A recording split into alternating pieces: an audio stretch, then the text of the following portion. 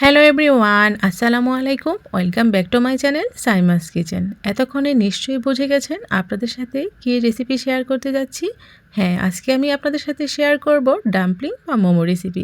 সেজন্য প্রথমে আমি একটি প্যানের মধ্যে নিয়ে নিচ্ছি অল্প পরিমাণে তেল, দিয়ে দিয়েছি কয়েক টুকরো রসুনের কোয়া, কয়েক টুকরো আদা, দিয়ে দিয়েছি টমেটো ফালি করে, দিয়ে দিয়েছি শুকনো মরিচ, দিয়ে দিয়েছি ধনিয়া পাতার ডাঁটা। সব কিছুক্ষণ ভেজে ঢাকনা দিয়ে ঢেকে সেদ্ধ করে নেব। সেদ্ধ হয়ে গেলে টমেটোর উপরের খোসাটা ছাড়িয়ে ঠান্ডা করে ভালোভাবে ব্লেন্ড করে নেব। এখন একটা প্যানের মধ্যে দিয়ে দিয়েছি অল্প পরিমাণে তেল, দিয়ে দিয়েছি আদা রসুন কুচি ভেজে বাদামি বর্ণ হওয়া পর্যন্ত অপেক্ষা করব। এরপর দিয়ে দিব ব্লেন্ড করে নেওয়া টমেটোর পেস্ট। কিছুক্ষণ নেড়ে চেড়ে দিয়ে দিব স্বাদ মতো লবণ, দিয়ে দিব সয়া সস অল্প পরিমাণে, দিয়ে দিব এখানে কালো গোলমরিচের গুঁড়ো, দিয়ে দিব অল্প পরিমাণে চিনি। এই অল্প পরিমাণে চিনি দেওয়াতেই সসের স্বাদ বহুগুণে বেড়ে যায়। আরও কিছুক্ষণ নেড়ে চেড়ে টেস্ট করে দেখলাম লবণের পরিমাণটা কম আছে, তাই অল্প পরিমাণে লবণ দিয়ে দিলাম। এখন শুধু নেড়ে চেড়ে উঠিয়ে নেওয়ার পালা। চাইলে আরও লিকুইড রাখা যায়, তবে আমার কাছে এভাবেই খেতে খুব বেশি ভালো লাগে। এই সসটা দিয়ে মোমো খেয়ে দেখবেন, এর স্বাদ ভুলতেও পারবেন না, বারবার এই সসই বানাতে চাইবেন। মোমোর ভেতরের পুরের জন্য এখানে বাটিতে নিয়ে নিয়েছি ব্রয়লার মুরগির ব্রেস্ট পিস কিমা করা, নিয়ে নিয়েছি মিহি করে কুচি করে নেওয়া পেঁয়াজ, মরিচ কুচি, স্বাদমতো লবণ, কালো গোলমরিচের গুঁড়ো, অল্প অল্প করে আদা রসুন পেস্ট। আর আগে থেকে একটা প্যানের মধ্যে অল্প পরিমাণে তেল বসিয়ে রেখেছিলাম, একদম ফুটন্ত তেল এখানে ঢেলে দিচ্ছি।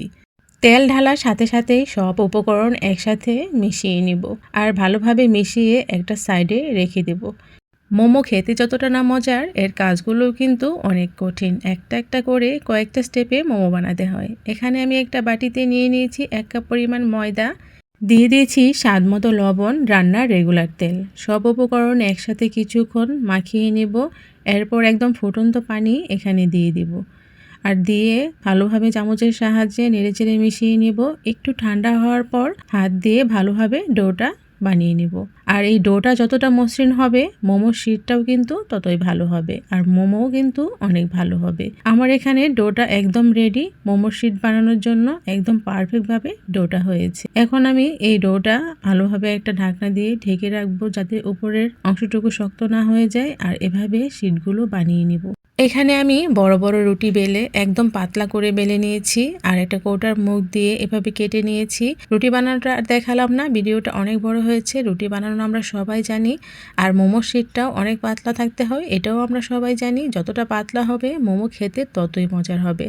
আর মোমোর ভাঁজ দেওয়াটা এক একজন এক একভাবে দেয়, আমি অতটা ভালোভাবে পারি না, তবে প্রথমবারের তুলনায় ভালোভাবে মোমোটা বানিয়েছি। ভাঁজ দেওয়াটা আসলে অতটা জরুরি না, দেখতে একটু ভালো হলেই হলো। তবে মোমোর যে পুরটা আছে এটা ভালো হতে হবে, আর মোমোর যে শিটটা আছে এটা অনেক পাতলা হতে হবে, তাহলে এই মোমো দেখতেও খেতে একদম পারফেক্ট হবে।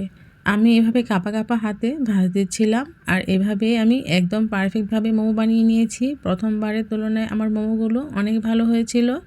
আর এভাবে এক এক করে আমি সবগুলো মোমো বানিয়ে নিয়েছি। এখন মোমোগুলো ভাপে দেওয়ার পালা, তবে আমি ওভাবে ভাপ দিব না। একটা প্যানের মধ্যে অল্প পানি অল্প তেল দিয়ে নিব। প্রথমে মোমোগুলো বসিয়ে দিচ্ছি, তারপরে পানি আর তেল দিয়ে ঢাকনা দিয়ে ঢেকে দিব, আর একদম অল্প আঁচে মোমোগুলো সেদ্ধ করে নিব। সবগুলো মোমো আমি দুইবারে এই প্যানের মধ্যে দিয়েছি আর সেদ্ধ করে নিয়েছি। মোমো বানাতে যতটা দেরি হয়েছে, খেতে কিন্তু 5 মিনিট সময়ও লাগেনি। প্যানে দেওয়ার পর 5 মিনিটেই মোমোগুলো সেদ্ধ হয়ে গেছে। এভাবে 5 মিনিট করে 10 মিনিটে আমি দুইটা প্যানে মোমোগুলো সেদ্ধ করে নিয়েছি।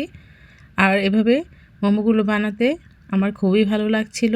একদম পারফেক্টভাবে মোমোগুলো হয়ে গেছে। কোনো জিনিস যখন একদম পারফেক্টভাবে হয়, তখন কিন্তু বানানোর সার্থকতা হয়ে যায়। আর এই তো মোমোগুলো রেডি। আর এই সসটা দিয়ে মোমো খেতে এতটা মজার হয়, না খেলে বুঝতেই পারবেন না। এভাবে একবার হলেও সস বানিয়ে দেখবেন। আমার মোমোর থেকে বেশি সসের প্রশংসাই সবাই করছিল, তবে মোমোগুলোও খেতে অনেক মজা হয়েছিল।